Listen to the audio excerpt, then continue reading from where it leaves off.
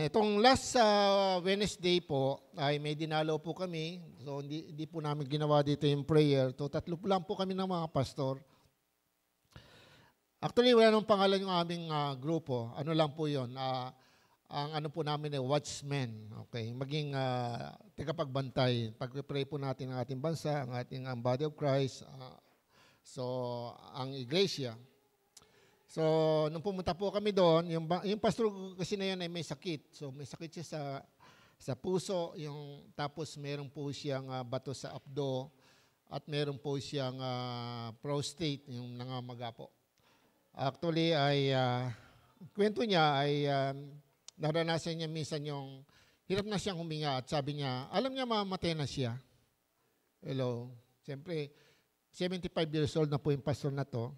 At nangyari po ay, nung siya po ay naghihirap at hindi makahinga doon sa loob ng kanyang kwarto, ay naisip niya na mamamatay na siya. Siyempre, handa naman. Pagkapas lingkod ka ng Diyos, di ka makatakot. Kaya lang nahirapan siya.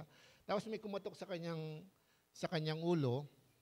Parang ginanon lang. Di ba? Yung parang, tapos ay nagising, dila siyang ganyan, nakita niya yung anghel. So, saglit lang. At may usok. Tapos ay nga po, actually, nung 2 beses niyang nakita yon, saglit lang, may usok at nakita niya yung anghel ng Diyos sa loob ng kanyang kwarto. At alam po ba niyo yung operahin siya, hindi na siya na-opera. At hindi na dapat siyang operahin dahil siya magaling na. Amen. Palakpakan nga natin ang Panginoon. Amen. Hallelujah. Hallelujah. So, merong himala.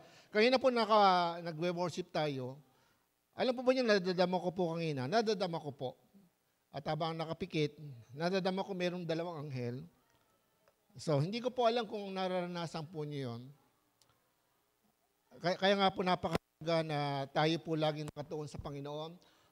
Lagi tayong merong pagsamba, pagpupuri sa Diyos, pagpapasalamat, panalangin. Sapagkat ang Diyos po natin ay buhay. Ang Diyos po natin ay nararanasan natin. Hindi po siya yung sinasabi lang at parang hirap na hirap tayo. Gagawin natin, magagawa tayo ng effort para hindi po. Po siya nagmamahal sa atin. Yung pag-ibig niya, Lord Chapter natin kanina na pinag-uusapan, kusa niya ibinigay ang kanyang buhay. Kaya yung ganun ang pag-ibig niya sa atin. Hindi siya namimili ng tao ang pag-aalayan ng kanyang buhay. Tingnan mo sarili mo. Kaya ikarapat dapat ka ba? Kaya nga po ako, kung ako tatanungin nyo, ay malaking bagay para sa akin ang ginawa ng Panginoon. Ewan ko po sa inyo. Kasi po, para sa akin, napakahalaga yon. Kaya anuman ang mangyari, anuman ang hirap, anuman yung mga titisin, bagamat mahina rin ako, pero ginagawa ko kahit papaano. Kahit maliit na bagay. Kasi nga, ang ginawa sa akin ng Panginoon, di ba? Mismo yung kanyang buhay, ibinigay sa akin. Ano ba kung minsan mapagtawanan ako dahil sa aking pagiging born again, di ba? Mahirapan ako sa pangangaral, may initan, di ba? So minsan maglinis ako ng kanyang bahay-sambahan. Walang problema sa akin yan. Ano man ang aking magagawa, maliit lang yan sa ginawa sa akin ng Panginoon. Amen? Kaya nga mga kapatid, yung pagpunta po natin dito, napakahalaga yung ating motibo, yung ating interest. Kasi po, alam po ba nyo, related po ito sa magiging topic po natin. Kasi po, ang nakaraan na naging topic po natin about sa rapture, at ito nga po ang pinaghanda natin. Kung ang nangyari po sa Myanmar ay parang kakaiba, naranasan din po sa Thailand at saka sa Vietnam. Sino nakakaalam kung hindi ito mangyayari sa atin? Ngayon, ang pinag-uusapan ngayon, the big one. Kaya lang po, kahit paanong paghahanda natin, hindi naman natin alam kung kailan nga mangyayari yun, di ba? So kaya nga maraming namatay, hindi natin alam kung ano ang mangyayari sa kinabukasan. Ang alam lang natin yung mga pangako ng Diyos sapagkat magaganapan lahat ng bagay at tandaan natin, ang inaasahan natin, pag-asa natin ay si Jesus Christ. Siya ay muling babalik. At kukuhanin niya ang iglesia, ang bawat mananampalataya at nag-aantay sa Kanya. Amen. Sabihin mo sa katabi mo, naghihintay ka ba sa Panginoon? Ayan. O hindi.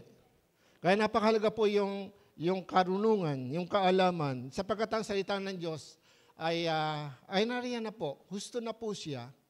At magagana po ang lahat ng bagay. Sabi nga ni Jesus Christ, mawawala ang langit at lupa, pero ang lahat ng kasalita ko ay hindi magkakabula.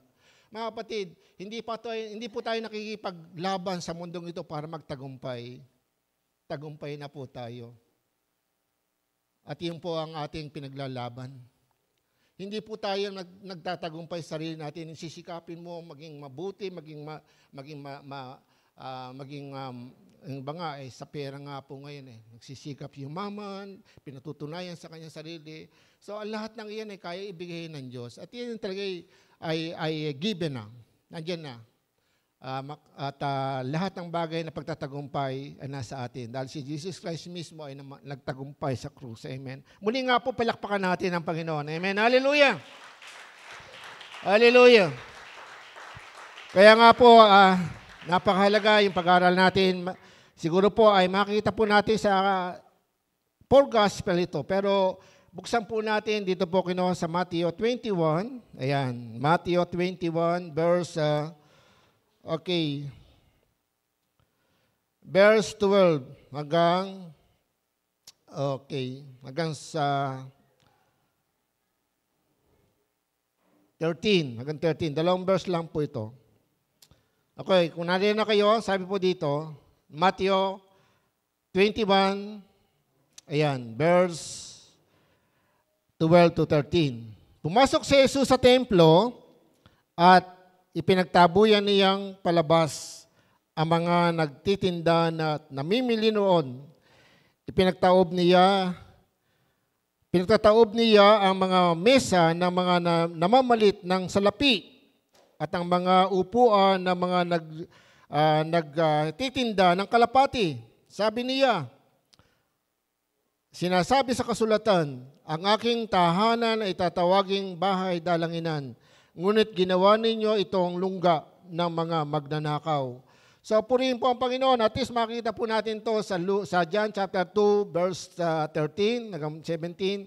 Doon din po sa Lucas 19 verse 45 to 46, doon din po sa Marcos chapter 11. So makikita po natin ay yung pong ginawa ni Jesus Christ na paglilinis sa templo. So ano po ang kinalaman sa sanctification? Ang sanctification, sabi nga po natin, sanctification.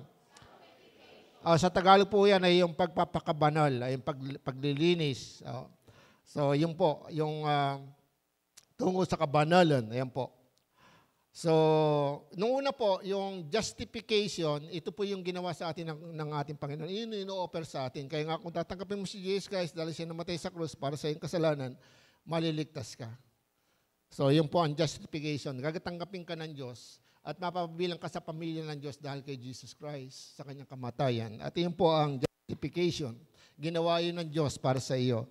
Yung sanctification, ito po yung bagay na gagawin ng Diyos sa loob mo. May part ka po doon. Mula nung tanggapin mo si Jesus Christ, ay tayo po ay pinapapaging banal ng banal na Espiritu na nasa atin. Kaya mga kapatid, napakahalaga yung alam mo na kasama mo ang Diyos. Amen. Kung di mo kasama ang Diyos, hindi ka totoo. Opo. Kasi po, ang ating Panginoong Diyos, si Jesus Christ, ay nasa ating puso sa bawat mananampalataya. Kaya kung di po gano'n ang patotoo mo, so medyo mag-aral ka pa po. Pag-aralan mo mabuti. Bakit? Hindi po dahil self-effort. Pag-aralan mo yung nakasulat. Nakasulat po yan at nangyari na. At iyan po ang dala-dala ng mga taong may pag-asa ng kaligtasan. Kaya nga po, ano man mangyari, kaya nga po, hindi, yung iba po nabobore. Naboboring, parang nakakahiya, parang minsan, pero pagdating sa mga sanlibutan, di ba? Pagpupunta sa mall, pagpupunta ka sa mall, nakasuot nga. Lahat ng uri ng kasuotan, makikita mo sa mall, di ba? Parang pasisyon, di ba? At minsan po ay pagalingan, di ba? At pagdating nga po sa gawaing spiritual, ay marami po ang nangangapa at wala pong kaalam-alam. Kaya nga po pag dumating ang ganitong mga bagay, kaya po, natutuwa po ako noon nung nagkaroon po ng killer earthquake dito po sa atin. Tatrabaho po ako noon sa isang factory. At nung lumilindol po, napakalakas. Sabi po yung pong, ano po dito, yung tangke ng tubig, napakalaki. Tapos ang laki, mga bakal po yung kanyang paa. Para pong papel lang siya, oh. Umikot na ganyan, tapos bumaksak na ganyan. At tuwan-tuwa po ako dahil lang nadidinig ko sa mga tao, ganito po. Ano, Diyos ko, patawarin mo po ako. Diyos ko, patawarin mo po ako. Di ba? Nakakatuwa. Kasi lahat na ata ng tao nagsisisi ng kasalanan. Amen? Tingnan mo yung katabi mo. Nagsisi ka na ba ng iyong kasalanan?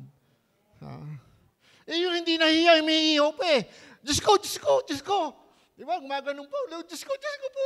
Patawarin mo ako sa di ba? Hello? Pero alam po ba nyo, nadadama ko po ang yung anghel na, makakadama po ako. May dala siyang tabak. Di ba? So actually, ang maglilinis po sa atin ay, ito po yung sanctification, pagpapakabanal sa atin ay ang Holy Spirit. So mga kasangkapan lang ng Diyos sa mga anghel.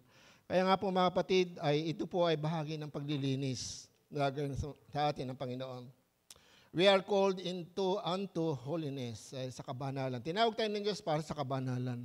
Hindi po tinawag tayo para dumami lang tayo dito at pag-perform at masihan tayo. Hindi po yan. Hindi po dapat tayo magpunta dito para ma-entertain. Masaya sa church Hindi po, wag ganon. Sana nandito po tayo para sa fellowship, sa ating Panginoon, pagsamba, pananalangin. Yan po. Kakatagpuin natin ng Diyos sa masamang ganito ang presensya ng Panginoon. Amen. Kaya napakaganda po yung realidad na sinabi po. Kaya susulat nga yan, di ba? Sinabi ni Jesus Christ, Matthew 18 verse 20, saan man may 2 o 3 nakakatipon. Di ba? Dahil sa aking pangalan, siya ay naroon. Di ba? Lagi niyong isipin, hindi lang po siya ay tuwing nagkakatipon mararanasan. Yung kapuspusan ng Banal na Espiritu, nararanasan po yan kapag yan po ay iniloob ng Panginoon. Dahil sa pagtitipon ng Panginoon, nalulugod siya. Opo. At sa totoo, kahit nag-iisa ka, hindi ka nag-iisa, may kasama ka na. So, lagi mo pong iisa-isip yan. Nakasulat yan sa Bible. Kasi pag hindi mo pinaniniwalaan yan, hindi ka mananalo sa anuman larangan. Amen? Lagi kang magiging mapaghanap. Laging maging malungkot. Merong iba, sabi nga, matamba naman ako, nagbibigay naman ako ng offering. Bakit ang lungkot ng buhay ko? Amen? Kasi nga po, yung pong isip po natin, yan po kung minsan yan po ang pinaglalaro ng demonyo Ligtas ka na Minsan pinagbibigyan ka pa ng pag-aalilangan. Yung takot. Kaya nga po, mga kapatid, by the way, meron po tayong mabuting balita. So, dapat mamaya ko sana sabihin yon. Ipag-pray nyo, kasi po sa Matimbo po ay down na po tayo ng 100,000 sa ating lote. 462 square meter yung ating pong lote. Palakpakan po natin ang Panginoon. Amen. Hallelujah. Amen. Hallelujah.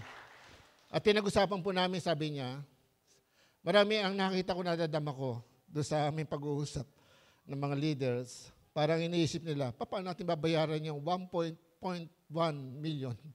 Kasi 1.2 million yon. Sabi ko, hindi ko lang masabi kasi hindi man ako Diyos Hindi ko sinabing maliit naman pananampalataya niyo. Hindi. Nasabi ko lang, huwag ka tayong matakot. Kasi nakasulat yan sa Biblia. Sino ay may-ari ng langit at lupa? Di ba? Kung hahalagaan ba ang mundo, kaya ba natin bayaran? Hindi. Ano mang bagay nasa mundo, pag-aari yan ng Diyos. Pinagkatiwala lang sa mga tao. Ngayon po yung pagbabayad doon po sa lupa, hindi mahirap yan. Kaya kung minsan po yung sabihin natin tayo po ay maka-Diyos, tayo po ay banal, tayo po ay sumusunod sa kalooban ng Diyos. Pagdating po sa ganyang usapin, pagdating sa mga pangako ng Diyos, minsan may pag-aalilangan tayo, kaya kung minsan questionable po yung ating pagiging banal. Ano po? Kasi ang katuparan ng kabanalan po ay yung pagsunod. Paano kung susunod kung hindi ka naniniwala? Kaya nga marami sa atin natatakot, pag nawala ng pera, nagkasakit, kung ano iniisip, di ba? Yung isip po natin, kaya maraming mental illness. Tignan mo yung katabi mo. Ayan, sabi mo, wala ka niyan. Anak ka ng Diyos. Amen. Okay. Kaya nga, napakahalaga po yung sanctification. Ayan. So, una, Jesus showed His authority in the temple of God. Ipinakita ng Panginoong Hesus ang kanyang karapatan sa templo ng Diyos. Karapatan? Bakit? Nung panahon na yon, hindi pa kinikilala si Jesus Christ. Kaya nga tinutulig siya. Pero alam niya kung saan siya nanggaling. Alam niya na siya Diyos, di ba? Amen? Si Jesus Christ. Kaya nung pumasok siya sa templo, ano sabi? Doon po sa templo, sa verse 12, pumasok si Jesus sa templo at ipinagtabuyan niyang palabas ang mga nagtitinda. Di ba? At namimili roon. Ayan, ginawang mall yung pong actually hindi po yun yung loob ng templo. Kasi po yung loob ng templo may bakuran po yun, yun ang court. Yun ang court area ng templo. At doon po ay marami po ay pagpapasok ka sa templo, so kasi doon hiwalay ang lalaki, hiwalay ang babae, at saka hindi po basta-basta yung mga dayuhan, hindi pwede pumasok sa loob. Merong mga court, merong mga lugar sila na kung saan sila lulugar. Ayan po. At ang nangyari po ay marami nagtitinda at doon po ay nagalit si Jesus Christ. So ano karapatan niya magalit? Yun ang tanong ng mga tao doon, ng mga tagapagturo ng kautusan. Kasi po hindi nila kinikilala si Jesus. Pero si Jesus Christ, pinakita niya ang kanyang kapangyarihan. Kaya lang, yung nga nangyari, marami ang nagalit sa kanya. Pero siya, pinakita niya ang kanyang kapangyarihan. May kapangyarihan ng Diyos. At kung tayo po ngayon naunawaan natin lubos yan. Kung hindi mo yan naunawang lubos, magbasa ka ng Bible at manalangin ka. Pag hindi mo naintindihan yan, kahit sa religion, ngayon po mahal na araw. O, di ba? Kaya kung minsan tanong po nyo, di ba, ang daming krimen nangyayari ngayon. Tanong mo, ano ba relihiyon mo? Di ba, tingnan po nyo. Hindi pinag-usapan talaga ang relihiyon. Kasi pagdating sa relihiyon, ay hindi po maganda ang nangyayari. Kasi nga po, wala namang alam sa mga bagay tungkol sa Diyos. Hindi naman lahat. Pero kung pagdating po sa Biblia, kahit ano relihiyon mo, tinatawagan ka ng Diyos. Yan po ang totoo. Kaya nga napakahalaga yung tayo po ay hindi magmalaki, kundi tayo po ay kumilos. Yan. Pero sa ating pagkilos, katulad ni Jesus Christ, so meron tayong authority. Kaya lang si Jesus Christ dito po ay pinakita. Sa John chapter 2, tingnan nga po natin. Ganon din po yun. Kaya lang iba-iba po yung mga pananaw nila kasi po 4 sila, ay 4 sila. Paul Gospel nga, tawag doon. May iba-iba't ibang angulo ang kanilang at pananaw at salita ang kanilang pinahayag. Doon po sa ano po, Juan chapter 2 verse 13. Ayan po. Ang sabi dito, ayan, malapit na ang Paskwa ng mga Hudyo, kaya pumunta si Jesus sa Jerusalem. Nakita niya sa templo ang mga nagtitinda ng mga baka, tupa at kalapati, at ang mga namamalit ng salapi. Kumuha siya ng lubid at ginawa iyong panghagupit at pinagtabuyan niyang palabas ang mga nagtitinda, pati ang mga baka at mga tupa. Sinabog niya ang salapi ng mga namamalit ng pera at ipinagtauban ng kanilang mga mesa. Pinagsabihan niya ang mga nagtitinda ng kalapati, alisin ninyo rito ang mga iyan. Huwag ninyong gawing palengke ang bahay ng aking ama. Actually, palengke, ginawang palengke. Imbes na yun ay lugar kung saan ay sasamba, mananalangin.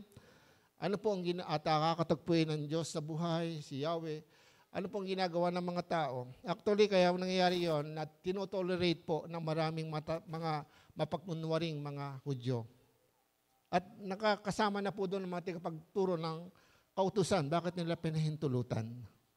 Kaya nga po mga kapatid ay siguro po ito yung panahon sa atin naman na ngayon maintindihan natin na wala na mo kinalaman ko sa templo noong unang panahon. Wala nga, pero ngayon napakalaki po. Kasi personally meron tayong tungkulin.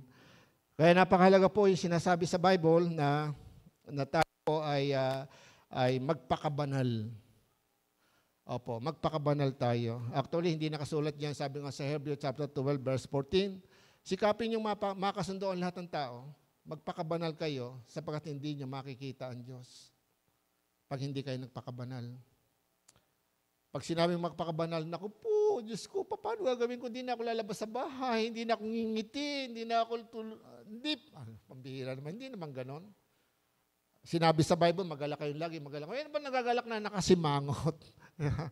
Na nagkukulong, di ba? Ang mga masasayang tao, ni-enjoy niya yung lahat ng bagay na ginawa ng Diyos, pinagkaloob ng Diyos. Diba? Kung may bahay ka, siguro pa ulit-ulit titingnan mo, ganda ng bahay na binigay ni Lord sa amin. Diba? Amen? Ako tuwan-tuwa nga po, unti-unti na nababago po. May pinagawa na kami sa part ng aming bahay. Part lang po, hindi pa po tapos. Pero tuwan-tuwa ako. At lagi ko yung pinagpapasalamat sa Panginoon. Pag naglalakad ako, lagi ako naglalakad.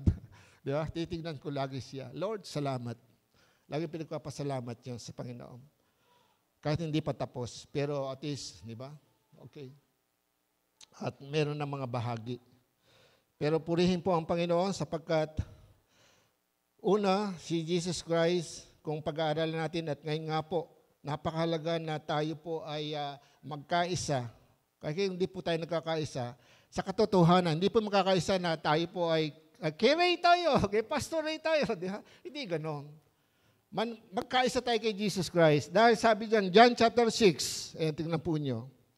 John chapter 6, may pangyayari po na ito po ay pinag-alinlanganan si Jesus Christ dahil pinahayag niya, ang tungkol po dito ay yung mana na pag, sabi nga, ang mga Israelita ay kumain ng mana nung panahon ni Moises, yung mana na bumaba sa langit na ginawang tinapay, ay ito po ay, so sinabi ni Jesus Christ, ako ang tinapay na nagbumula sa langit. Ayan. Pinahayag niya yung kanyang sarili na kung kakainin niyo ako, inumin niyo ang aking dugo, ang aking laman, kakainin niyo at inumin niyo ang aking dugo. Ayan. So, iyon po ang sinasabi, magkakaroon kayo ng kaligtasan o kapahingahan. So, anong nangyari po ay hindi ito matanggap ng maraming mga tao na unang alagad niya na sumusunod sa kanya. Marami po ang tumalikod. At nung bandang huli, kinausap niya yung 12. Sabi po doon sa verse 68, ang sabi dito ng ating Panginoon. So sa 66, simulan po natin. Mula nooy marami ng sa kanyang mga alagad ang tumalikod at hindi na sumama sa kanya. Tinanong ni Jesus ang 12, verse 67, at kayo, gusto ba rin ba ninyong umalis? Sumagot si Simon Pedro, Panginoon, kanino po kami pupunta? Nasa inyo ang salitang nagbibigay ng buhay na walang hanggan. Naniniwala kami at natitiyak namin. Sa ibang salin po, nananampalataya kami. At natitiyak namin at nalalaman namin sa ibang salin po. Natitiyak namin o alam namin sa ibang salin na kayo nga ang banal na mula sa Diyos. Ulitin ko po, naniniwala kami at natitiyak namin na kayo nga ang banal na mula sa Diyos. Amen. Ma-appreciate mo lang po ang mga bagay na ginawa ng Diyos kung naiintindihan mo at tinatanggap mo si Jesus Christ kung sino siya. Amen? Kaya nga po marami ang mga pagkakilala kay Jesus Christ, iba-iba po. Kaya nga titingnan po nyo, hindi na babago ang buhay. Actually, kahit naman po doon sa mga tamang iglesia, merong nahahalo. Yan, tingnan mo yung katabi mo. Yan, hindi ka iyon. Ikaw ang original. Pero pag ikaw ay mapagkunwari at hindi ka totoo, ikaw yon. At maaring katulad ka nila kung ginagawa mo yung mga bagay na mga ginagawa ng mga bagay na mapagkunwari. Mahirap po sabihin na ako po ay isang tunay na Kristiyano kung wala po tayong ginagawa. Actually, iyon po ang katibayan. Kaya nga sabi nga ni Jesus Christ, kung minamahal niyo ako, tutuparin niyo ang aking mga utos. So sa pagtubad natin sa utos, hindi ka ba gagawa? Gagawa ka. Kaya kung wala kang ginagawa, hindi mo mahal ang Panginoon. Amen? At hindi mo maintindihan ang sinasabi sa Biblia. Pero mga kapatid, naniniwala ka ba? At natitiyak mo ba na si Jesus Christ ang banal ng Diyos? Sa ibang salin po yan ay yung the Son of God. Siya yung anak ng Diyos. Opo. At yan ay pinatutuhanan ng Juan chapter 3, verse 16. Oh, Pastor, alam ko na yan. Alam ko na nga, pero naniniwala ka ba? Ang napakahalaga po, mga kapatid, dahil yun po ang ating sandata, yung truth, yung written words, yung nakasulat sa Biblia, kapag yan po ay lagi nasa puso mo, pag dumating ang problema, hindi, nakasulat to. Kahit hindi mo alam ang mangyayari, at na pangit na nangyari sa buhay mo, panghawakan mo lang salita ng Diyos, lalakas ka. Amen? Kaya nga po, napakahalaga na tandaan po natin. Ako nga po, hiningi ko po dito 1 million. 1 million. Kasi po, na-drawing ko na po yung pagkakaroon ng second floor dito. Amen? At sabi ko kapatid, wala tayong ganito, pero merong mga gawa ang Diyos. Amen? Kaya nga po huwag tayong matakot. Kaya lang iba ay akala ng iba ang pagkapalain ng Panginoon ay yung merong specific na gantong grupo lang o gantong grupo lang, o malaking grupo o maliit na grupo. Hindi po. Ang lahat ng iglesia, lokal ay pag-aarian ng Diyos. Malaki o maliit na iglesia. Huwag po tayong magkamali. Ang ating puso ilagay po natin kay Lord. At huwag tayong makipag-away. Huwag tayong makipagpaligsahan. Hindi po ganyan ang gusto ng Diyos. Kapag yung nakaraan po tayo, kung hindi po tayo namumuhay sa pag-ibig, hindi pa po tayo lumalago. At talagang wala tayo sa Panginoon. Amen? Nalalayo tayo sa Panginoon kapag nawala na po ang pag-ibig. Kaya never na isipin mo na yung nasa kabila ay mas marami kami doon. Hindi po. Mas mahal din ng Diyos yon katulad mo. Lahat ng mga anak ng Diyos, yung nga pong pinuntahan namin na pastor, maliit lang po siya. Oh, wala pang kalahati sa atin. 1/3 lang ang church nila. Naghihirap siya, pero dinalaw siya ng anghel ng Diyos. Binigyan siya ng himala. Amen? Wag po tayong lumagay sa ating sarili na pag malaki natin, malaki kami sa mahusay kami sa Galilean. No, wag mo itaas ang sarili. Wag natin itaas ang pastor, wag. Itaas natin si Jesus Christ. Dahil sabi ng John chapter 3 verse 16, gayon na lamang ang pag-ibig ng Diyos sa libutan, kaya ibinigay niya ang kanyang kaisa-isang anak, ang bugtong na anak na si Jesus, upang ang sino man sa kanya sumampalataya ay hindi mapahamak kundi magkaroon ng buhay na walang hanggan. Isinugo ng Diyos ang kanyang anak. Amen? Isinugo niya ang kanyang anak sa salibutan, hindi upang hatulan ito, kundi iligtas ang salibutan sa pamamagitan niya. Amen? Kaya nga po napakahalaga na maintindihan po nyo, si Jesus Christ ay pinakilala ng Bible sa aklat ng John na siya Diyos. At siya bugtong na anak ng Diyos. At siya yung banal na Diyos. Kaya nga po may karapatan siya sa bahay ng Ama. Sa bahay, sa templo ng Diyos na iginagalang ng Israel at nakatayo sa Jerusalem at piniling bayan ng Diyos noong unang panahon. Amen. Bakit po? Dahil sa panahon ngayon, tayo po ay mabibilang sa bayan ng Diyos, pamamagitan ng Jesus Christ, dahil sa ating pananampalataya, hindi lang po ang mga Hudyo. By the way, nung panahon ng Old Testament, yung mga dayuhan na sumasamba kay Yahweh at nagpasakop sa reliyong Hudyo, sila po ay pinahintulutan ng Diyos na sumama sa mga Israelita. Pero hindi po sila katutubang Israelita. Ngayon po, lahat na nanampalataya kay Jesus Christ ay mga anak ng Diyos, bayan ng Diyos, mananampalataya ng Diyos, mga iniligtas ng Diyos. Iyan po. Kaya nga po tayo yun eh. Kaya nga lakasan mo loob mo. Ano man ang naranasan mo ngayon, so kaya lang po, iyan po ay pampanama ng demonyo. Minsan paghinain tayo sa maraming bagay. John chapter 1, verse 1 to 3, hanggang 14. Tingnan po nyo. Ang sabi po doon sa simula ay naroon na ang salita at ang salita ay kasama ng Diyos sa simula pa at ang salita ay Diyos. Sa pasimula ay kasama na siya ng Diyos. Ng Diyos ang salita. Nilikha ang lahat ng bagay sa pamamagitan niya at walang anumang nilikha nang hindi sa pamamagitan niya. Amen. Si Jesus Christ ay nandoon na sapagkat sabi doon sa verse 14, naging tao ang salita. Ang salita ng Diyos at kasama ng Diyos ang salita sa simula pa at walang nalikha nang hindi sa pamamagitan niya. Hello? Kaya huwag tayo matakot, mga kapatid. Ano ba ang kalalagayan mo? Si Jesus Christ ay namatay sa krus, hindi lamang para sa ating kasalanan, kundi bigyan tayo ng mabagandang buhay, bagong buhay. Kaya lang, pag bagong buhay, akala natin, puro ganun eh. Puro pera. Kaya tingnan mo katabi mo. Sabihin mo, hindi mo ba alam, sinabi doon sa Hebreo chapter 13, verse 5, huwag kayo magmukhang pera.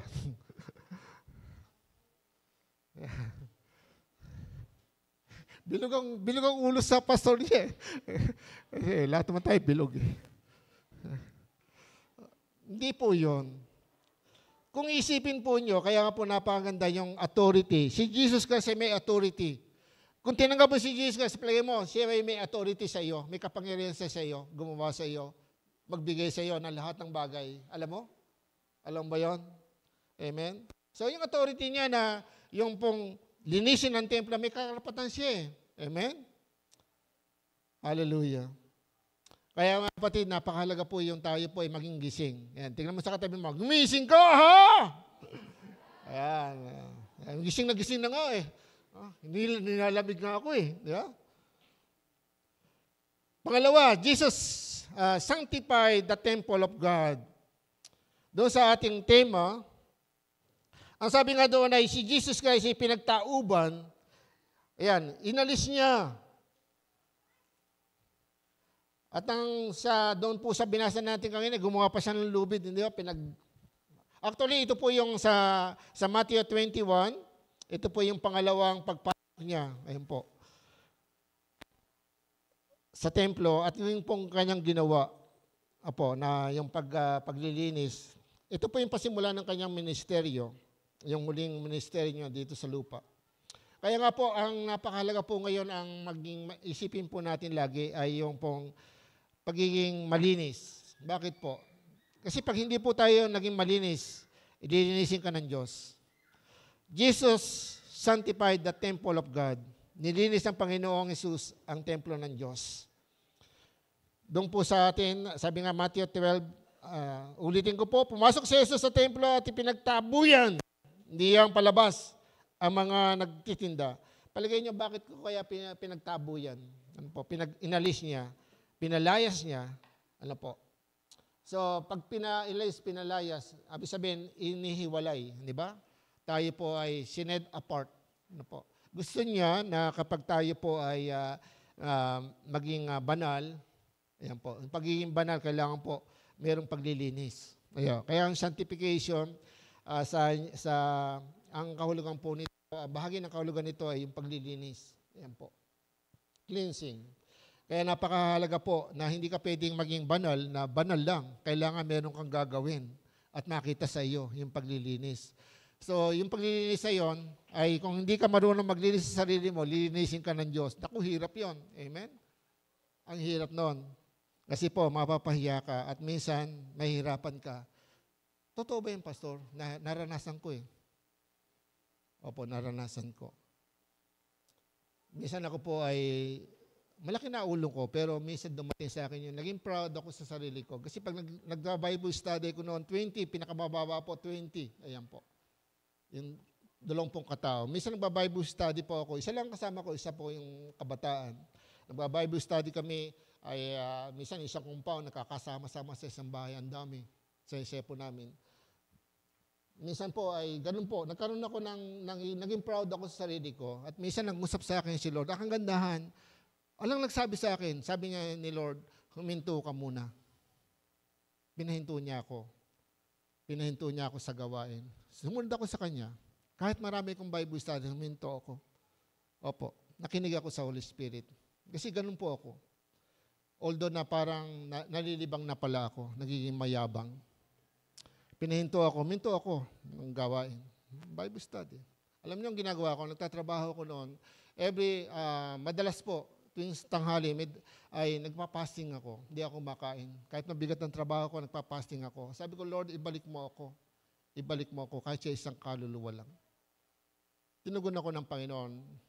Pagkaraan po na ilang buwan. Nakabalik uli ako. Balik uli ako sa gawain. Kasi po, bahagi ng paglilinis yun ng Diyos. Kausapin ka. Kung hindi ka makausap, hindi ko alam kung anong gagawin sa iyo ng Panginoon. Pero may nakasulat. Kaya napakahalaga po, palinis tayo. O maglinis tayo kung maaari. Kaya nga po, yung mga bagay, ano ba lilinisin? Ang mga kasalanan, ang mga kasamaan ay pinaalis ng Panginoon sa templo. Alin po ba yung yung pagkukunwari? Kasi nga po, at yung pagkagahaman, yung pagkukunwari po, kasi po sasamba. Kasi yung mga Hudyo, sasamba, dapat pag sumamba sila, ang kautusan po sa kanila, mag-aalaga sila ng tupa. Halimbawa, tupa, kalapati, o ano pa man ang kakayan nila, dapat yun alagaan, walang kapintasan, hindi pilay, hindi payat, hindi, alagaan po mabuti yun bago ialay. Eh dito po, sila po, sasamba sa Diyos, gusto nila yung instant, hindi na mahirapan. Wala, siguro pag naglalakad, wala nang dalang ganyan. Naglalakad lang ngayon, papunta sa templo. Oh, magkano ba yan? Tupa. Kaya, bigyan mo sa akin yan. Sasamba ako. Di ba? Pakunwari. Sasamba ako sa templo. Bigyan mo ako. Ito, magkano ba yan? Oh, give the change. May tipa, di ba? Oh, diba? Nagmamadali. Kasi sasamba sa Diyos. Yan, mapagkunwari. Kaya mahirap po, pupunta ka sa kapilya na meron po tayong iniisip na hindi mabuti. Kaya kailangan alisin natin yan. Yan po. Yung mga pagkagahaman. Yan po. Pagkagahaman. Kasi titinda nga eh. Marami doon titinda eh. At least kumasamba naman kami. Doon kami sa templo. Malapit kami sa templo. Titinda kami. Di ba? Amen? O da? Siguro may kaharap. Nandun naman ako sa templo. Araw-araw nga, nandun ako eh. May tinda lang ako. Magtitinda ako. Di ba? Bisang ganyan eh. Baka iba ang motibo po natin. Pang sariling interes. Ay nga po. Para yumaman. Hindi maglingkod sa Diyos. May sariling interes. Gusto kong pagpalain ako ng Diyos. Immoralidad. Pangalan niya. Actually, yung pangangalo niya, yung pong hindi lang po yung pangangalo niya na ano po, hindi po. Yung pong tayo nakikisa sa mga kasalanan, nakikibahagi, yan po. Kaya nga sabi doon sa Roman chapter 12, verse 2. Diba? Sa ibang salin po yan. Huwag nating gayahin ang mga ginagawa ng mga tao, mga tao sa sanlibutan. Yung ginagaya. Yung nakikiisa. Yan po. Kaya napakahalaga po, yung mga kasalanan ay alisin natin. Immoralidad, mga makamundong kaisipan. Ayan po. Hindi ko po alam kung kayo po ay sumasamba dito. Baka nagkamadali kayo at mamaya, naku, may lakad kami mamaya. Ang iniisip mo, yung mga lakad mo mamaya, naku, ganda ng pupunta namin beach. Ang ganda ng pupunta namin mamaya. Ang sarap ng pagkain doon. Baka ayun ba, nagkakaroon tayo ng parang religious lang. Pupunta ka dito para magparaos lang, para programa lang sa buhay mo na sumamba naman ako eh. Hindi man ako nakakalimot sa Diyos. Amen, di ba? At least ginagawa ko yung ano. Mga kapatid, kailangan po gumising tayo. Hindi po yan ang gusto ng Diyos. Kahit po yung mga tupa, yung mga dugo ng kambing o toro, ano pa man. Sabi ng Jesus Christ, di ba? Nung sinabi ng Jesus Christ, kasi Jesus Christ ang sinugo ng Diyos eh. Hindi ko na kailangan yung mga handog niyo sunugin. Yung mga inaano nyo. Kaya nga, kasi po mga hipokrito, naging hipokrito ang marami sa Israel. At ito po yung panahon natin. Kasi cycle lang po yan eh. Kaya mga tao, pag pinagpapala, nakakalimot na si Diyos eh. Hindi ko po alam ngayon kung nagbabasa pa kayo ng Bible o nananalangin. Hindi ko po alam kung anong ginagawa nyo. Kung Diyos lang nakakaalam. Pero sasabihin ko sa inyo, pag kumilos ng Diyos at nilinis kayo ng Diyos, nakakatakot. Kasi ito na nga po, nangungusap na ang Diyos eh. Di ba? Nangyari sa Myanmar, di ba? Ano ba ang mangyayari? Pinag-uusapan ng Pilipinas ngayon, natatakot doon sa Big One. Sino may sabi sa inyo hindi magaganap ang Big One? Sino may sabi sa inyo hindi mangyayari yung gera sa Taiwan? Hello? Possible pumutok ang World War III. Amen? Pero tandaan nyo, mangyayari yan. Pero ang bago mangyayari yan, inaasahan natin yung pagkukup ng Panginoon, yung rapture. Amen? At tayong lahat ay kasama dyan. Amen. Hallelujah. Palakpakan natin ang Panginoon. Amen. Hallelujah. Bakit po? Bakit ka makakasama? Kasi nga po, ka ng Diyos. Yan po ang totoo. Yayanigin tayo ng Diyos. At yayanig na po tayo ng Diyos ngayon. Ano po nangyayari sa bansa natin ngayon? Nahahati pa ang Pilipino dahil sa politika. Di ba? So, tingnan po nyo. Kung minsan dito po tayo nakatutok ng totoo sa Panginoon, di ba yung iba, magkano kaya bibigay ni yung kandidato doon sa ganun? Magkano kaya makukuha ko doon? Magkano kaya bibigay niya sa akin? Minsan ganun po, nasanay po ang marami. Di ba? Pero hindi ba niyo kinamumuhian at nakasulat sa Bible, kinamumuhian ng Diyos ang mga tumatanggap ng suhol? Amen? At sabi nga doon lalo na tiwala sa makakayanan ng tao, sabi sa Jeremias 17, di ba, susumpain ng Diyos ang nagsitiwala sa lakas ng mga taong may kamatayan. Ng mga politiko, nakasulat yan sa Bible. Pero mga kapatid, bahagi na nakasulat sa Bible, may part tayo na gagawin para sa kanila. dahil mas makapangyarihan ng Diyos at dapat natutukan ng lahat ng tao ay ang Diyos. Kaya lang po, ang hirap. Kasi mismo ang kanyang bayan, kailangan pa ang paglilinis. Kaya nung panahon ni Jesus Christ, andyan pa yung temple, hindi pa siya naluluwalhati, hindi pa siya namamatay at naubuhay na muli. Kaya after nito, di ba, nawala na. Hanggang ngayon, wala na yung templo. Wala ng templo. At sabi nga, sisimula na ang templo muli. Actually, naniniwala po akong sisimulan yan. Pero parang himala. Kasi po, sabi ng mga nag-aaral, kasi po yung lugar kung saan ay hawak po ng mga Arab countries, di ba? Yung mosque, ng malaking mosque, di ba? Tapos meron doon na, malaki po yung bakuran na yon doon sa Jerusalem. At marami pong nakita doon sa mga tunnel sa ilalim at nasasabi natuklasan kung saan nandun ang kabanantipan at kung saan talaga ang tunay na lugar, kung saan. So maraming pag-aaral at maraming nakababasa natin sa Facebook, sisimulan na. Totoo yan, mangyayari yan, maniwala tayo. Pero tandaan nyo, hindi po yan ang dapat inaasa natin. Pag ikaw inabutan ng nakatayo ang templo, naku, naiwanan ka na sa rapture. Mga kapatid, kaya napakahirap po na maintindihan po ng mga taong hindi mananampalataya ang Biblia. Pero kung tayo po na mananampalataya at nasa Panginoon hindi naniniwala, mga kapatid, iyan po ang magkapahamak sa iyo. Pero dahil sa pagmamahal ng Diyos, naniniwala ko yayanigin ka ng Diyos. Amen? May isang propeta na naginip. Hindi po siya propeta, pero po isang kabataan siya na naginip. Hindi nga niya alam kung ano yung kultura natin, sabi nga Pilipinas, na naginip siya, na mayroong kanta, sabi nga, hango, hango, parang hango, ganun, parang may kanta na, tapos ano ibig sabihin nun? Parang inano niya, yung Come Jesus. Kasi po dito sa Pilipinas, magkakaroon ng revival. Naniniwala po ako dyan, kasi po may revival ngayon po, at gagawin po yan ng Diyos. Pag sinabing revival, marami ang magbabalik loob sa Diyos. At yun po ang pinapanalangin po namin. At pinapanalangin ko magsimula sa church. Kasi hindi ko nga po alam kung totoo po tayo ngayon sa Diyos. At kung saan tayo nakatutok. Kung sa pera ba o sa Panginoon. Pero tandaan nyo, pag nasa Panginoon ka, pwede kang yumaman. Sabi mo sa katabi mo, magiging milyonaryo ka. Dahil gawin ng Diyos yan. Amen? Amen. Kasi ang kayamanan hindi kasalanan. Ang kasalanan ay yung pagyama, ay yung pagmamahal sa kayamanan. Yung inuuna mo yung kayamanan kaysa sa Diyos. Inuuna mo yung pera kaysa sa Diyos. Amen? Mas mahalaga sa iyo yung mga bagay na pagkukunan mo ng pera kaysa sa Diyos. Kaya po. At titignan po, ilan kayo dito? Lalo yung mga kabataan. Ilang kotse kaya yan? Kaya sabi ko, problema natin yung parking dito kung lahat kayo makakotse. Tama? Pero hindi po yan prosperity. Hindi ko po kayo iniinggaya na, sasamba nga ako para makakotse. Hindi ganon. Aba, hindi ko tuturo yan. Pwede kang maghirap. Pwede kang sabihin, hindi tayo pare-pareho. Bakit siya pinagpapala? Bakit siya? Matuwa ka. Sabi sa Bible, nakasulat, huwag tayo mainggit. Kasalanan niyan, yung naiinggit. Nagsiselos. Yan ay pita ng laman. Mga immoralidad. Yan. Nakikisa tayo sa gusto ng mundo. Pag nakita may bago siya, ako rin. Kaya ko yan, gagawin ko rin yan. Nakita magandang bahay, gagawin ko rin yan. Kaya nga, wala na sa Panginoon. Puro sa sarili na lang niya. Hindi niya alam. Kahit hindi, basta mangarap pa lang. Di ba? Delight yourself to the Lord and He will give you the desire of your heart. Minsan sinasabi natin, di ba?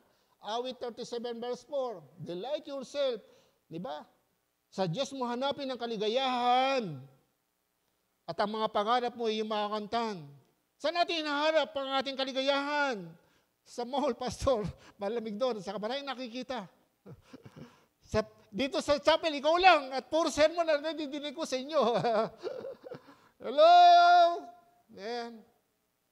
Sama na ako pa. Huwag naman sana. Sana palubugin ako ni Lord dito para hindi niya ako makita. Amen. Hello? Handa naman tayo. Hindi tayo natatakot. At hindi pwedeng sabihin na ako lang nakatayo dito. Pwede sabihin ng Panginoon, bomba ka na dyan, hindi ka na pwede dyan. Okay lang, walang problema. Basta sinabi ni Lord. Kasi po ako po ay tao na namumuhay, hindi po para sa aking sarili, pero matigas din po ang ulo ko. Siyempre mahina tayo. Alam niyo kung bakit? Kasi po yung Jeremiah 21, verse 11, hindi ko po alam yan. Nung mamatay yung aking anak, yung panganay ko, yun ang sinabi sa akin ni Lord, hindi mo pwedeng iplano ang buhay mo, ako na magpaplano ng buhay nyo, ng buhay mo. Hindi ko maintindihan yun kasi hindi pa ako palabasan ng Bible at hindi po, ngayon naintindihan ko. Sa akin pala ibinigay ng Diyos, bahagi. Hindi po sa akin lang. Lahat pwede manghawakan dyan. Pero yun ay sinabi sa akin ni Lord. At madalas na nangyari sa akin, nakausapin ako ng Diyos. Minsan nasa bus ako, yung kwento ko noon, papauwi ko, ang sweldo ko lang ay pambayad utang. Pagdating ng Webes, hanggang may kulis lang yung sweldo ko. Pagdating ng Webes, mangungutang na naman kami. Tsaka yung ulam namin, lingguhan ng bayad. Ganun po ang buhay namin. Kasi hindi na ako nakapagpunta sa barko. 2 na anak ko noon. Papauwi ko ng ganon. Ang dala kong sweldo ay pambayad lang ng utang. At Webes, mangungutang na naman kami para sa may pamasahe ko, may kakainin ako, may baon akong pagkain. At yung mga anak ko. Maliliit pa naman sila, hindi pa sila nag-aaral. Si Jonathan lang at saka si Jebilin pa lang noon. Para akong bibigay na, naawa na ako sa sarili ko. Sabi ko, Lord, sumusunod naman ako sa iyo. Parang ganun po. Para ba yung nadidepress na ako? Para bang, alam ba yung nawawalan ng gana? Yung bang nakatayo ka pero parang nawawalan ka ng gana, parang gusto mo nang bumaksak. Naranasan ko po yun. Nakatayo ako sa bus, papauwi po dito sa Bulacan. Hapon po yun.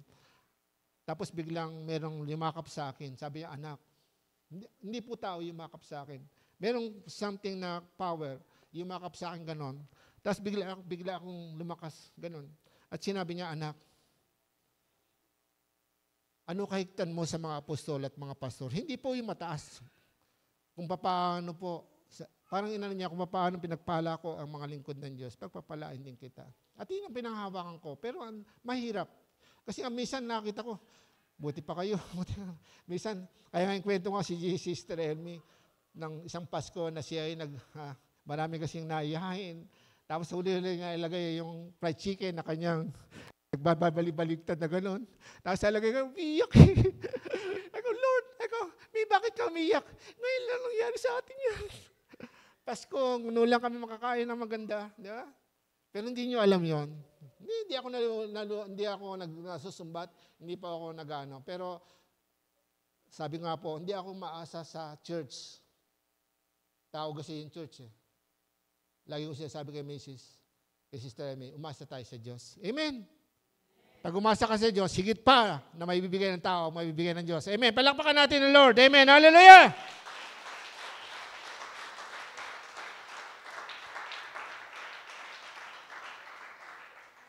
Nung kilala mo ng sanctification, kaya nga po, napakahalaga po yung paglilinis. Bakit po? Kasi pag hindi po tayo malinis, mga kapatid, ang templo, hindi makakilos ang Diyos. Kaya nga po nung panahon na yon, sa 2 Kronika, ay ang panahon po na Lumang Tipan, 2 Kronika, puntahan nga po natin yung mga nangyari po ng unang panahon sa 2 Kronika. Ayan po, 2 Kronika. Ayan. 2 Kronika chapter 29, sorry po. Verse 3 to 8. Sabi mo dito, basahin ko po. Sa unang buwan ng unang taon ng paghahari ni Ezekias, pinabuksan niya ang mga pintuan ng templo na ipinaayos ito. Tinipon niya ang mga pari at mga Levita sa bulwagan sa gawing silangan ng templo. Sorry.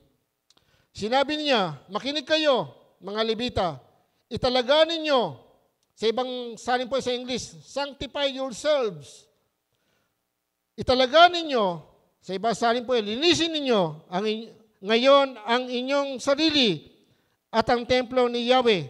Yan, sanctify the temple of God o ni Yahweh ng Diyos. Ang Diyos ang inyong mga ninuno.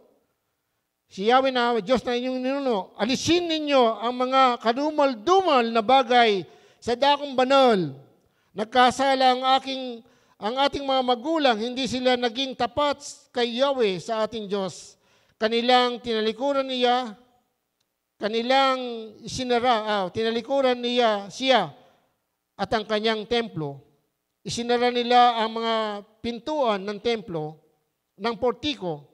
Hindi nila sinindihan ang mga ilawan at hindi na nagsunog ng insenso, hindi na rin sila nagdala ng handog na susunugin sa dakong banal ng Diyos ng Israel.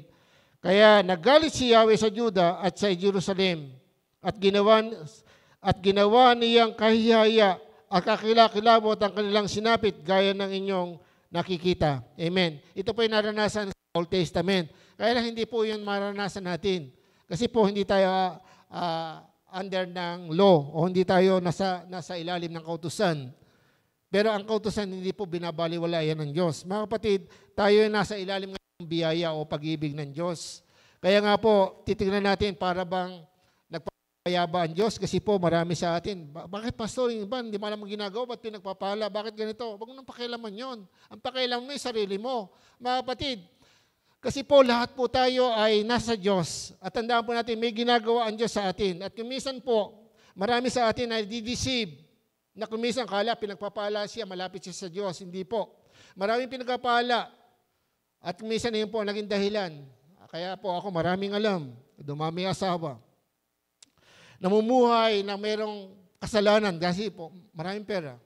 Hindi lang milyonaryo, nag-bilyonaryo pa. Kapatiran lang po yun. Marami akong nakita dahil sa pera. Bumagsak sa kasalanan. Kaya maging maingat po tayo. Dito po si Ahaz, yung tatay po. Ito yung pangalan, Ahaz. Kaya Ahaz eh. Opo. Yung temple nilagay ng Diyos-Diyosan eh. Opo.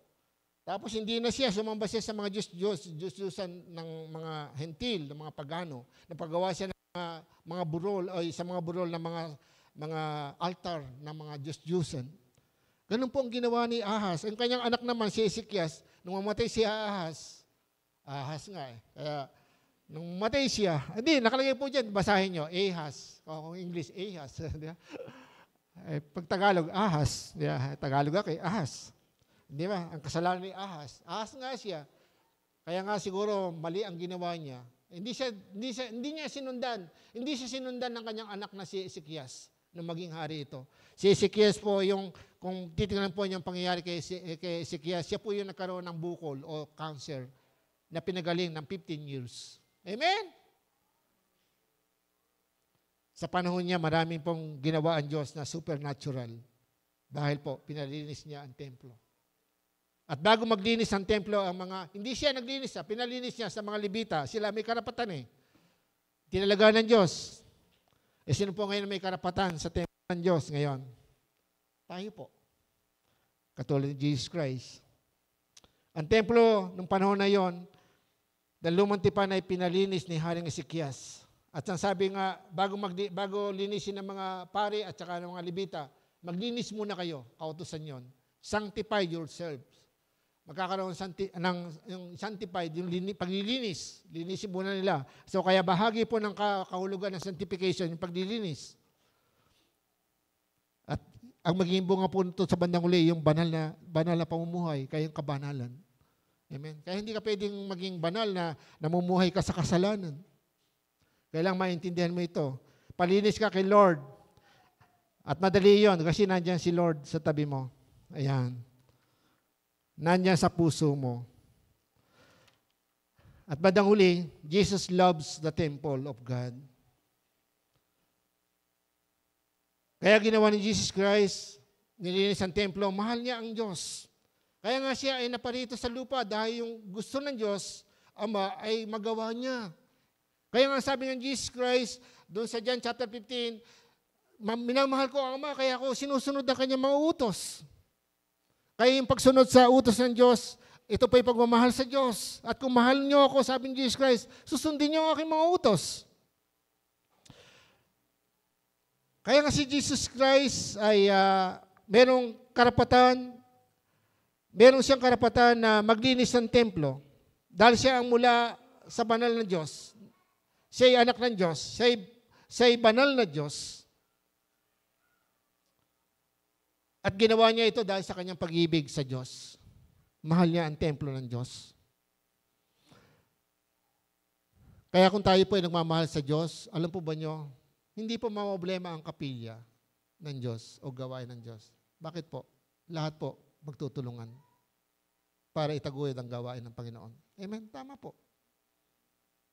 Kaya po mahirap po na sabihin po natin na kumilos ang Panginoon ngayon kasi nga po maraming lilinisin sa atin sa panahon na to.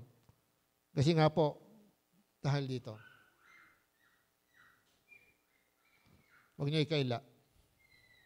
Baka yung iba sa pornography yan, kasama na dito, yung kalaswaan. Di ba? Ito po, kalaban natin ngayon. Ba't Pastor, meron ka? Kasi meron ko up dito ng Bible eh. Oh, maraming verses, maraming dito, yun ang ginagamit ko. Pero kung maaari, iniiwasan kong hawakan niya maghapon. Kaya madalas, Sister Elmi, tinawagan siya ni Pastor Ruben. Hindi sumasagot si Pastor. May, hindi ka na sumasagot. May, hindi ka na sumasagot. Kasi siya, sa cellphone ko. Kasi hindi ko hinawakan. Kasi pag hinawakan mo yan, wala ka na magagawa sa bahay. Tama?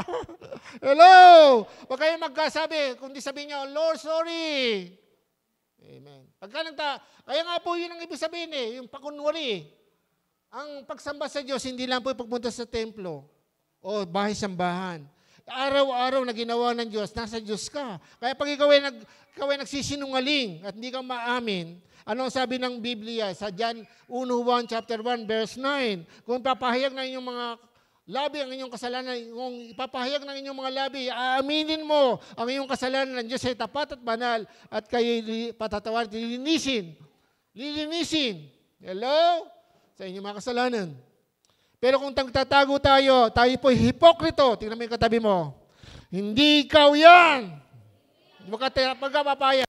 Kasi may tungkulin tayo, kaya sabi sa Bible, magpaalala na kayo araw-araw ng salita ng Diyos. Amen? Pag may nakita ang kapatid na medyo, Brad, wag naman yun. Sabi, leader ka pa naman. Hindi ganon. Wag ganon. Sabi mo, sister, Brad, o kaya, pastor, may napansin po ako siya. Ganon. Lapitan niyo ako, walang problema. Okay? Hindi po yan, leader ka pa naman, bakit mo ginagawa ng ito? Bakit? Hindi ba? Hindi pagpapaalala yon. Nanunumbat ka na. At saka naghuhukom ka na. Hindi ganun yon. Hindi siya matutulungan eh. Bakit ka ba hindi nagbabasa ng Bible? Ikaw pa naman nagtuturo sa amin, tapos hindi ka nagbabasa ng Bible? Ano ba? Hindi ba? Ganyan. Minsan doon tayo eh. Di ba? Doon tayo mahusay eh. Pero yung sarili natin, hindi natin mabalikan. Minsan nagtuturo ka, di ba? Ang nakaturo sa iyo, 3, di ba? Nakaganon, di ba? 3 nakaturo sa iyo, isa, turo ko ng turo. Ikaw. Leader ka pa naman, ikaw, 3. Ano karapatan mo na humatol? Anong sabi sa Bible? Magpaalalahanan kayo. Kaya mga kapatid, para sa akin, napakahalaga po yon. Yung maging mapayapa po tayo sa lahat ng tao. Kahit may gumagawa siya ng masama. Paano pastor, pinagsasabihan ka ng masama? Say, bayaan mo sila, malaya siya gumawa. Bayaan mo na lang siya. Di ba? Para sa akin, pabayaan na lang po natin siya. Maliban na lang po kung ano po, ay nga po, sinisira niya ang church. Iba po yun. Paano po yung sisira yung church? Yung pong, yung nga, gagamitin ng social media, di ba?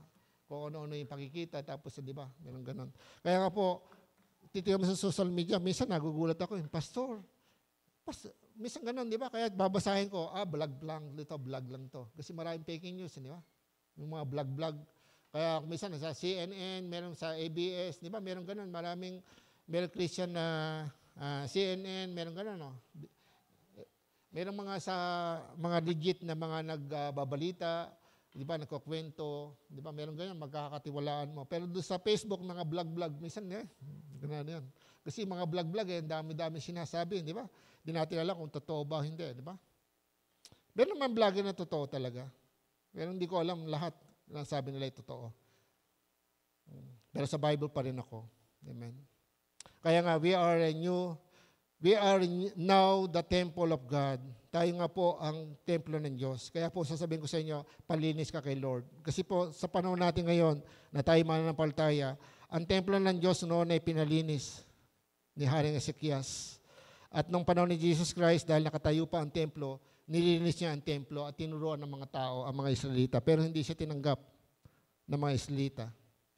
At dito nga po, pagdating po sa atin sa New Testament, ngayon lahat ng manampalataya at kung hindi mo po alam to mga kapatid, bumalik ka at huminto ka at paturo ka na kailangan mong tanggapin si Jesus Christ, kailangan mong born again, kailangan ng qualification ng maging born again. Ano ba yung born again, Pastor? Ano ba, maging membro ba ako nito? Ano hindi?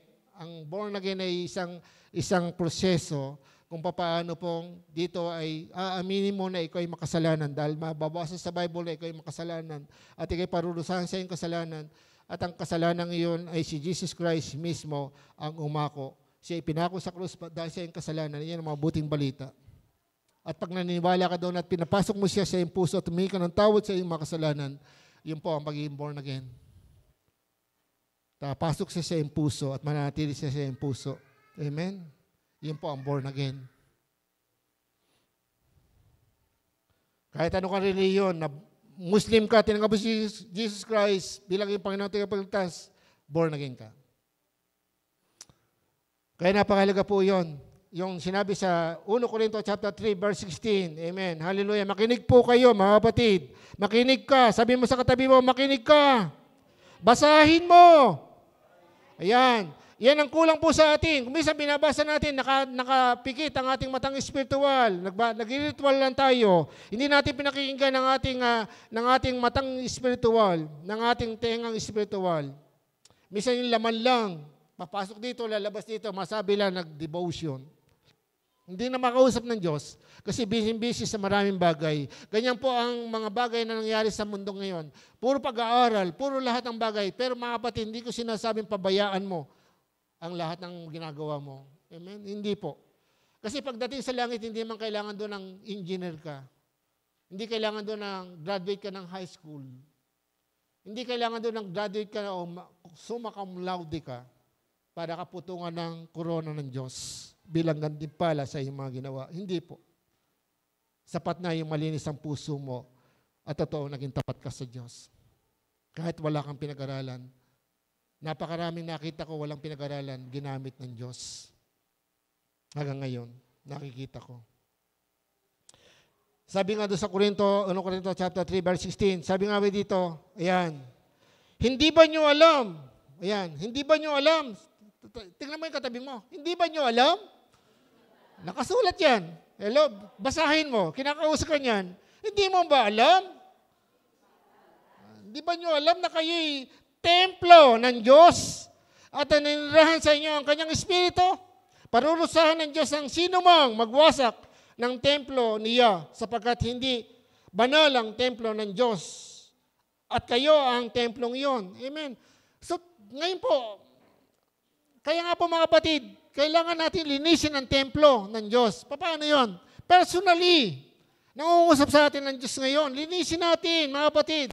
Tayo ay templo ng Diyos. Ang Holy Spirit na sa atin at tatak yun bilang pagiging born again at tatak yun ang ating kaligtasan. Ephesians chapter 4 verse 30. Diba? Huwag niyong bigyan ng pighati ang banal na Espiritu sapagat ito ang tatak ng inyong kaligtasan, ng inyong kaligtasan sa huling panahon. Ephesians chapter 1 verse 13. Hindi ba niyo alam na ginawa kayo bayan ng Diyos, nang kayo manampalataya, nang marinig niyo ang mabuting balita at nang palataya kayo sa bugtong na anak ng Diyos o kay Jesus Christ, sa gayong pagsampalataya ay binigyan tayo ng banal na Espiritu bilang tatak ng pagkakahirang sa atin. So yung tatak po, yung Holy Spirit. Kaya nga pag wala kang Holy Spirit, hindi ka maliligtas. Amen? Dahil yung Holy Spirit na yun ay si Jesus Christ. Siya isa sa atin sa pamagitan ng banal na Espiritu, si Jesus Christ. Tatanggapin mo siya at papasok sa atin ang kanyang Espiritu, ang Holy Spirit. Hello. Kaya hindi po ito mahirap maintindihan. Maliban na lang kung narito ka, hindi po tinatanggap si Jesus Christ. Kaya mga kapatid, magtanong tayo sa mga leader dito. Kaya kailangan yung mga baguhan turuan natin. Siguraduhin natin na intindihan nila. Sapagkat darating ang panahon, kailangan maglinis ang bawat isa sa atin. At ngayon nga po, nangungusap sa atin ng Panginoon. Paano kung darating na ang Panginoon bukas? Sa makalawa, sa 1 taon. Kasi sabi sa Bible, walang nakakaalam kung kailan. Pero sino ang makakaalam sa inyo na pwede pang humaba pa ang panahon? Sa nangyayari ngayon, ano mo palagay nyo? Amen? Ano palagay nyo? Pero hindi kailangan yung palagay natin, hindi emotional. Kung ano yung nakasulat sa Biblia. Sino ang pag-asa natin sa uling panahon? Si Jesus Christ. Pero nasaan ka ngayon? Nasa pera. Nasa pangarap. Pero tandaan nyo, ulitin ko, kayang-kayang ibigay ng Diyos ang pagpapala sa inyo. Amen? Ang dami po ngayon. Grabe, nakikita ko. Bata pa lang 24 years old, milyonaryo na. Amen? Hallelujah. 15 years old, kumikita na ng milyon. Alam ko kaya niyo yan. Marunong kayo, marunong tayo. Ay, kayo pala. Ako hirap na hirap eh. Pagdating nga dito, hirap na hirap ako eh. Bigyan ako ng iPad eh. Gumagawa na ako, malapit na sana. May napindot ako na wala. Naku, hindi ko malam kung paano mabalik eh. Sabi ko, pambihira naman to. Buti pa na lang, ballpen na lang at saka notebook ang hawakan ko. Madali. Amen? Magkamali ako, burahin ko. Eh doon pag napindot ako, hindi ko alam kung paano yan, babalik, paano. Na-erase, nawala na, na-delete na, naku po, sabi ko. Kaya nung nag-aaral ako nag-office ako doon bilang katulong ni Pastor sa Mother Church sa Tabang, merong telephone doon, yung ganun pa yung ginagawa. Yung landline. Eh, may computer doon. Pinag-aralan ko, yung computer doon galing ng Petron. Yan, kasi merong manager ng Petron sa atin noon. Tabang, nagbigay siya ng computer. Pinag-aralan ko, ganda, may graphics, may mga ano pa doon. Pinag-aralan ko. Pag naghahang na, tatawagan ko yung kapatid. Oy, Brad, ano gagawin ko dito? Ano ba nangyari po? Ay, naghang eh. Ipindutin mo yung ganito. Lilista ko. Tapos ano nangyari po? Ganun lang nga, magtuturo sa akin, by phone. Pero noon hindi ko rin maintindihan. Hanggang ngayon. Kaya sabi ko, mapalad kayo. Generation niyo ito ngayon. Pero gamitin niyo sa tama. Hello? Hindi ko sinasabing huwag kayong maging mangmang. Gamitin nyo ito. Kung ito kikita kayo ng malaki, gamitin nyo ito. Huwag ninyo kakalimutan yung pagsamba. Yung pagiging lingkod nyo sa Diyos. Amen. Kung kikita ka ng milyon, okay lang. Walang problema. Kasi yung sinabi ng Diyos, pasasaganayin kita higit pa sa iyong pangangailangan upang, ayun lang, huwag mo kakalimutan, upang may magamit ka sa pagtulong, pagkakawang gawa. Eh kung sarili mo lang, wala kang pagtulong, amen? O maaaring hindi ka na nagmi-ministry dahil tutulong na lang ako. Dahil malaki kang pera. Hindi yun ang gusto ng Diyos. Hanapin mo kung ano ang kalooban ng Diyos. Amen? Napakalaga yan. At huwag natin sirain ang templo. Ang templo ng Diyos ay ikaw ngayon. Palagay nyo, sino maglilinis ang templo mo? Kung ayaw mo maglinis, lilinisin ka ng Lord dahil mahal ka ni Lord. Amen? Ano gagawin niya? Ano gagawin niya? Hebrews chapter 12, verse 5. Pero, sayo po doon, huwag kayong panghinaan ng loob kung kayo dumaranas at tinutuwid ng Diyos. Basahin po natin ng Hebreo.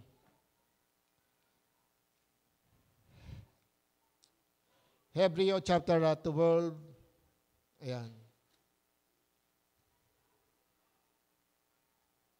Verse 5. Nalimutan na ba ninyo ang panawagan ng Diyos sa inyo bilang mga anak niya? Mga salita na nagpapalakas ng loob? Anak, huwag mong baliwalain ang pagtutuwid ng Panginoon at huwag kang panghinaan ng loob kapag ikaw ay dinidisiplina niya. Sapagkat dinidisiplina ng Panginoon ang mga minamahal niya at pinapalo ang itinuturing niyang anak. Tiisin niyo ang lahat ng hirap tulad ng pagtutuwid ng isang ama dahil ito ay nagpapakilalang kayo'y tinatanggap ng Diyos bilang tunay niyang mga anak. Sinong anak ang hindi dinidisiplina ng kanyang ama? Kung ang pagdidisiplina ay gagawin sa inyo, hindi kayo tunay na anak, kundi kayo'y mga anak sa labas. Hindi ba't dinidisiplina tayo ng ating mga magulang at dahil diyan ay ginagaling natin sila? Hindi ba't upang tayo'y mabuhay, mas nararapat na tayo'y pasakop sa Diyos, sa ating Ama, sa Espiritu, sa loob na maikling panahon? Ayan. Dinidisiplina tayo ng ating mga magulang para sa ating ikabubuti. Gayon din naman, itinutubi tayo ng Diyos sa ikabubuti natin upang tayo maging banal tulad niya. Hello? Kaya nga po, mayroong pong paglilinis na gagawin ng Diyos sa uling panahon. Kung dahil minamahal ka niya, matigas ang ulo mo, ang gagawin niya, pupukpukin ka. Hindi pala, papaluin ka. Amen? Yung mali mong kaisipan, papahiyain ka ng Diyos. O maaaring bigyan ka ng sakit. O maaaring bumaksak ang negosyo mo. O maaaring ma-depress ka, malungkot ka, mawalan ka ng kapayapaan, panandalian. Dahil ang purpose ng God, pabanalin ka. Pero ang utos ng Diyos ay sanctification, paglilinis.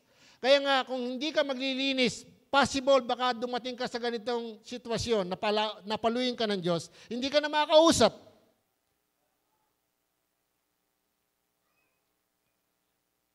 Pero may panahon pa, mga kapatid.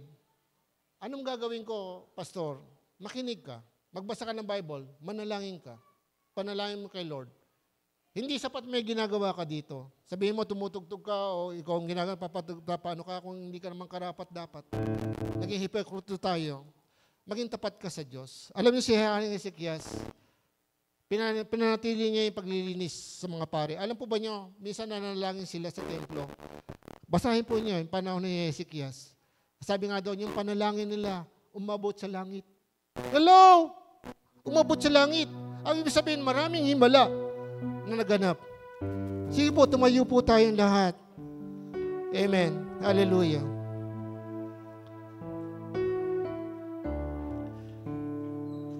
Huling babasahin ko po sa iyo sa Santiago, chapter 4. Gawin natin ito. Aklat sa Santiago ay masakit man, direkta siya nagsasalita sa atin. Ang sabi nga niya sa Santiago chapter 4 verse 7 to 9. Kaya nga, pasakop kayo sa Diyos. Labanan niyo ang diablo at lalayuan niya kayo. Lumapit kayo sa Diyos at lalapit siya sa inyo. Hugasan ninyo ang inyong mga kamay, kayong mga makasalanan. Linisin niyo ang inyong yung pong makalaman. Ayan po. Hugasan ninyo ang inyong mga kamay, kayong mga makalaman.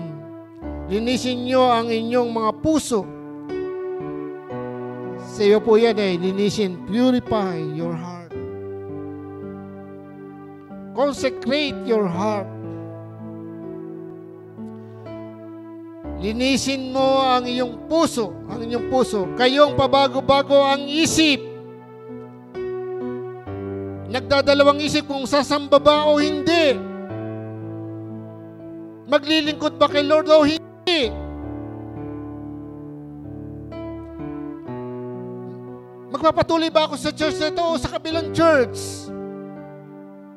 Hindi gawain ng Panginoon tayo guluhin, mga kapatid, kundi nanguusap siya sa atin kung saan tayo dadali ng Diyos. At kung saan ka naroon, doon ka gagamitin ng Diyos. At ang kailangan ng gawin lang natin, yung templo ng Diyos maging templo, ang templo kung saan ay makita ang pananalangin.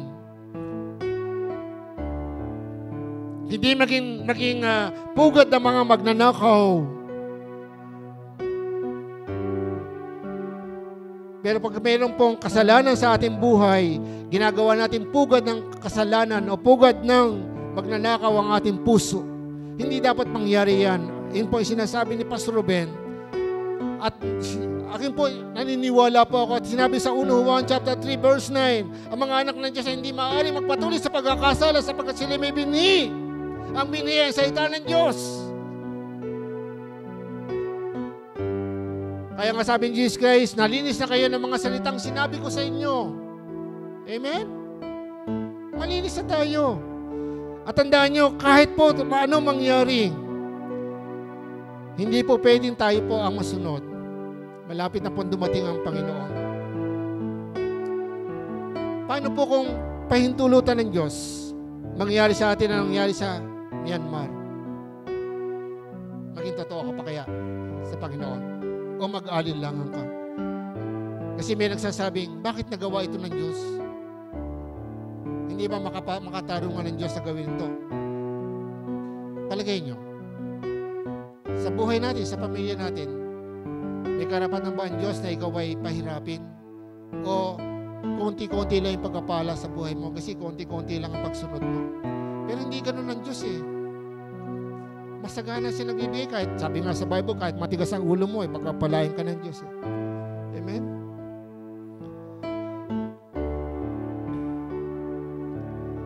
Inaantay lang tayo ng Diyos, mga kapatid.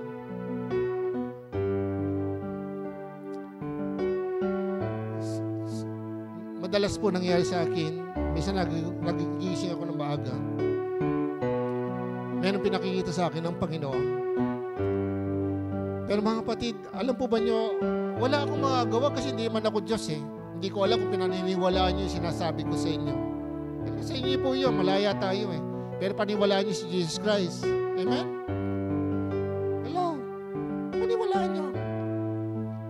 At tandaan nyo, malaki ang magagawa mo dahil meron kang kapangyarihan. Dahil ikaw ngayon na may kapangyarihan sa sarili mo, sa templo ng Diyos. Dahil ikaw ang templo ng Diyos. Hindi ako. Kahit ikaw sabihin kong ganyan, pukpukin kita, wala akong magagawa dahil ang puso mo, ikaw may control. Ikaw magpapasya. Hello? Kung sabihin ko sa inyo, masama yan. Titigil ka ba?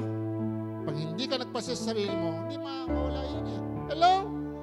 Kahit na sabihin ko yung, biyaw ako na napakalakas.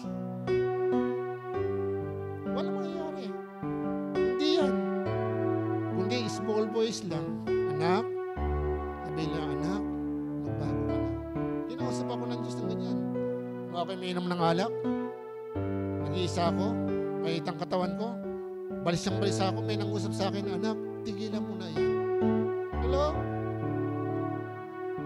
Ang nakakalungkot po ngayon, meron pong nangyayari, nalulungkot ako. Alam mo bakit? Isang kabataan, leader, yung pala ng kabataan sa kanilang church.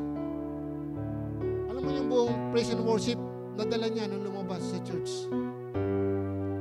May nasama pang ibang kabataan. Ano po nangyari doon? Na-influensyahan ng ano? Ng ginagawa.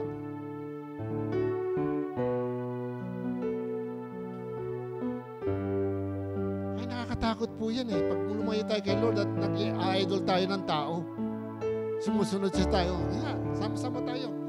Pinagalitan ka ni Pastor kasi naalaman ni Pastor may ginagawa. Itinuwid. Ano man nangyari? Lahat sila malis. Praise and worship team. Ano lang nangyari?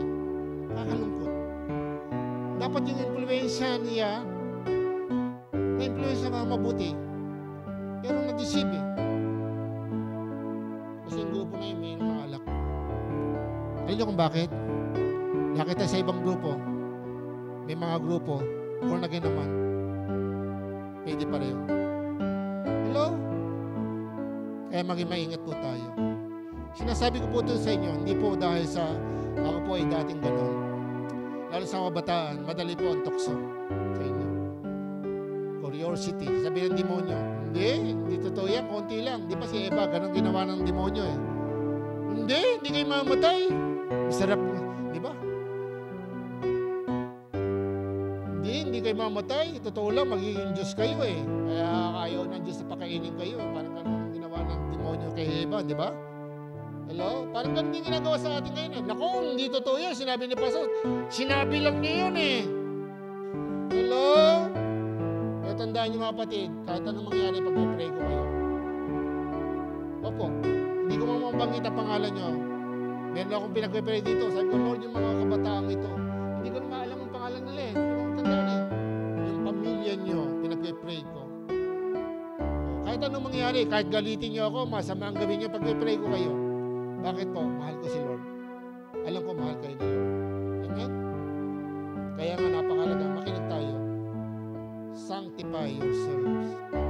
Linisin mo yung sarili dahil ang sarili mo ay templo ng Diyos. Huwag mo gamitin ang sarili mo doon sa mga lugar kung saan ginagawa ang kasalanan. Huwag kang mag-isip ng mga sama at mga mamalalaswa na ipapasok mo sa katawan mo, sa isip mo dahil ito'y templo ng Espiritu Santo. Hindi ka pwede magsinungaling. Aminin mo na lang kay Lord. Huwag kang magsatago ng sarili mo. Okay. Sapagkat hindi ka matutulungan ni Lord. Hindi magic. Dahil ang mga salita ng Diyos ay nakasulat na. mamumuhay tayo sa nakasulat na salita ng Diyos. Kaya nga lahat po tayo magtatagumpay. Magtatagumpay po tayo. Bakit? Dahil yung Diyos natin ay nagtagumpay na, si Jesus Christ. Kailangan lang natin sumunod sa Kanya. Nasa inyo ang tagumpay. At dahil may sakit natin mga kapatid, yun po ang kinasasabihan ko. Lumakad ang mga dapat lumakad. Gumaling ang dapat gumaling. Kasi naniniwala ako sa salita ng Diyos. Yung kapangyarihan, yung power and authority nasa atin.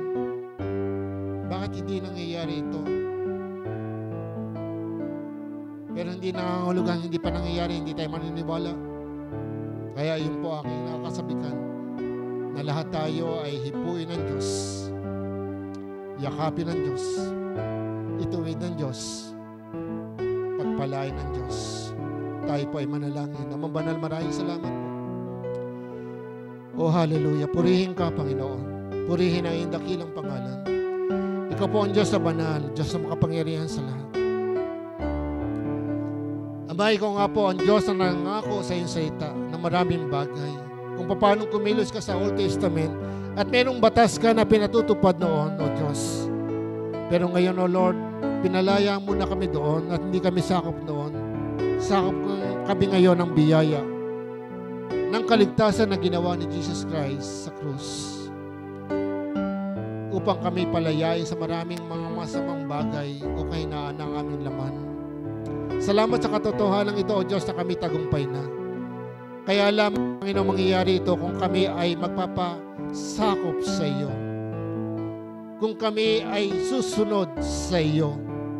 Kami pa rin, Panginoon, ang masusunod sapagkat sinabi mo, kami inibig mo lamang. At ang nais mo, Diyos, ay gantihan ka namin ng pag-ibig. Pag-ibig na bubukas sa puso ng bawat isa sa amin. Kaya, O Diyos, tulungan mo kami sa aming mga kahinaan. Maibig ka namin ng mayroong katotohanan sa aming mga sarili.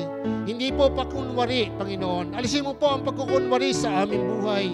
Kasinungalingan, kasalanan, sa pangalan ng Panginoong Jesus, ano po yung umaalipin, Panginoon. Maling kaisipan, O Diyos, pag-uusga.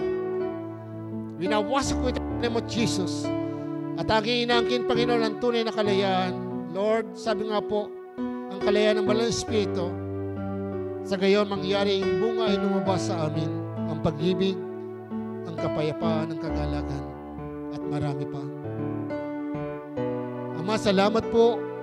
At dalayan ko po, O Diyos, ang bawat isa ay magkaroon ng buhay na sumusunod sa iyo, maging mga bata lumalaki sa church na ito.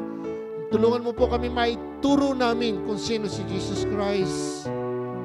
At kung may mga baguhan na rito, Lord, tulungan mo po kami at tulungan mo po sila na sila'y maakay namin sa iyong paanan na sumusunod at paglingkod na may katotohanan. Tulungan mo sila kahit po sila nag-iisa, samahan mo sila, Panginoon. Ilayo mo sila sa lahat ng masama. Lord, dalayan ko po maging mga datihan, O Diyos. Tulungan mo po, Panginoon, i-revive mo po ang bawat sa amin. Kung kami po ay nalalayo na sa kalooban mo, pinatigas na ito ng aming kagustuhan, katapasyan. Lord, muli po ang dalayan ko. Bagbagin mo ang puso ng bawat isa. Isingin mo ang bawat isa, lalo na po ngayon malapit na dumating ang tanda ng pagparito ng aming Panginoong Jesus. Ang pagdagit at pagkuha sa mga mananampalataya. Ama, dalayan ko po habang kami naghihintay. Ama, ang mga kapatid ng mga estudyante sa iglesia ito, mula sa elementarya, high school, college, ako po'y dumadalangin, lahat po sila ay makatapos sa kanilang mga kurso. Lahat po sila ay makapasa sa kanilang mga exam, kung anumang exam o board exam, O God. Hanggang sa paghahanap ng kanilang mga trabaho, Lord, yung the best na trabaho ang makita nila. Yumaman sila. Patunayan mo sa kanila na ikaw ay Diyos na kasama nila, Panginoon. At kung sila man po, Diyos, ay nalalayo sa iyong kalooban at hindi mo magawa ngayon ang pagtatagumpay sa kanilang buhay, Lord, gamitin mo po ang iyong kapangyarihan, ang iyong pag-ibig. Dalayan ko po na sila'y isingin mo, maging sa kanilang panaginip, sa kanilang pag-iisa. Maisip po nila na ikaw ay Diyos na buhay, na kasama namin sa bawat saglit ng aming buhay. Mula nung tanggapin ka namin sa aming mga puso. bilang Panginoon at Tagapagligtas ng aming buhay. Amay, dinadalayan ko po ang mga magulang, O Diyos, na problema sa kanilang kabuhayan, lalo sa panahon ito, O Diyos. Lord, ipadamon po sa kanila, Panginoon, Lord, yung iyong mga himala. Lord, maraming mga sakit at karamdaman lumalabas ngayon, O God. Ang dalayan ko po, Ama, Lord, ang iyong pagkapagaling sa pangalan ng aming Panginoong Hesus, O God.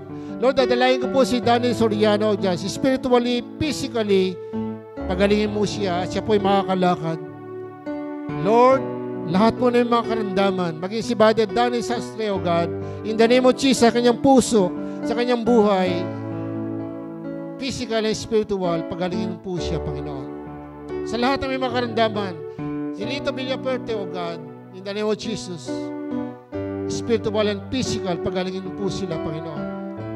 At Lord, bigyan mo kami ng malaking pananampalataya. At sa lugar na ito, O Diyos, Lord, lagi kami magsasaya, lagi kami magdidiwang sapagat, Lord, ipaparanas mo sa bawat isa ang iyong kapangyarihan, O God. At patuloy gigisingin mo ang bawat isa na Diyos ay ikaw, Diyos sa buhay, na hindi dapat kami matakot at hindi magpatuloy sa pagkakasala at gumawa ng kasamaan maging sa aming kaisipan, O Diyos. Bagkus, Panginoon, Lord, uhugasan mo kami ng iyong banal na dugo at dalayan ko po, Ama, maging pagkapala kami mula sa iglesyang ito, O God, at sa kapilang ito hanggang sa aming paglabas, O God. Lord, gagamin mo kaming asin at ilaw ng sanlibutan upang makatulong sa iba, sa aming komunidad na uwian, O Diyos. Lord, dalayan ko po, Ama, na liwanagan mo ang aming mga buhay. Bayaan mo na makita ito ng mga taong nakapaligid sa amin. At kung saan kami naroon, lahat po na nagtatrabaho, sa office man, sa eskwelahan man, saan man sila, O Diyos. Ano man ang kanilang ginagawa, Lord, magliwanag sila at ang kapangyarihan mo ay mag-extend. Lumabas, Panginoon. Magamit upang marami ang mapagpala at kumilala sa iyo, Diyos. Maging ang mga kabataang narito. Sa iyong kamay ko sila pinagpakatiwala, Panginoon. Ilayo mo sila sa lahat ng masama, Panginoon. Ama, maraming salamat at bawat tahanan na aming uwian, Lord, yung mga mahal namin sa buhay, tulad ng iyong pangako, Diyos. Lord, hindi kami bumibitiw. Sabi mo, manampalataya kami at ang aming sambahayan ay maliligtas, O God. Lord, ito po yung aming inaangkin, Panginoon. Bawat pamilya, O Diyos, ay be-bless mo, O God. Iingatan mo, Panginoon. Naging ang mga OFW naming mga kababayan, O God, mga kapatid, O Diyos. Ingatan mo sila at ang pamilya nila dito sa Pilipinas. Panginoon, saan po sila naroon, O God. Lord, ipaalala mo sa kanila ang iyong pag-ibig. Iyakapan mo sila, ingatan mo sila, O Diyos. At ang kanilang pamilya dito sa Pilipinas. Ama, maraming salamat. Purihin ka po, Panginoon. Purihin ang iyong dakilang pangalan. Salamat po sa lahat ng ito. Sa pangalan ng aming Panginoong Hesus. Amen and amen. God bless you.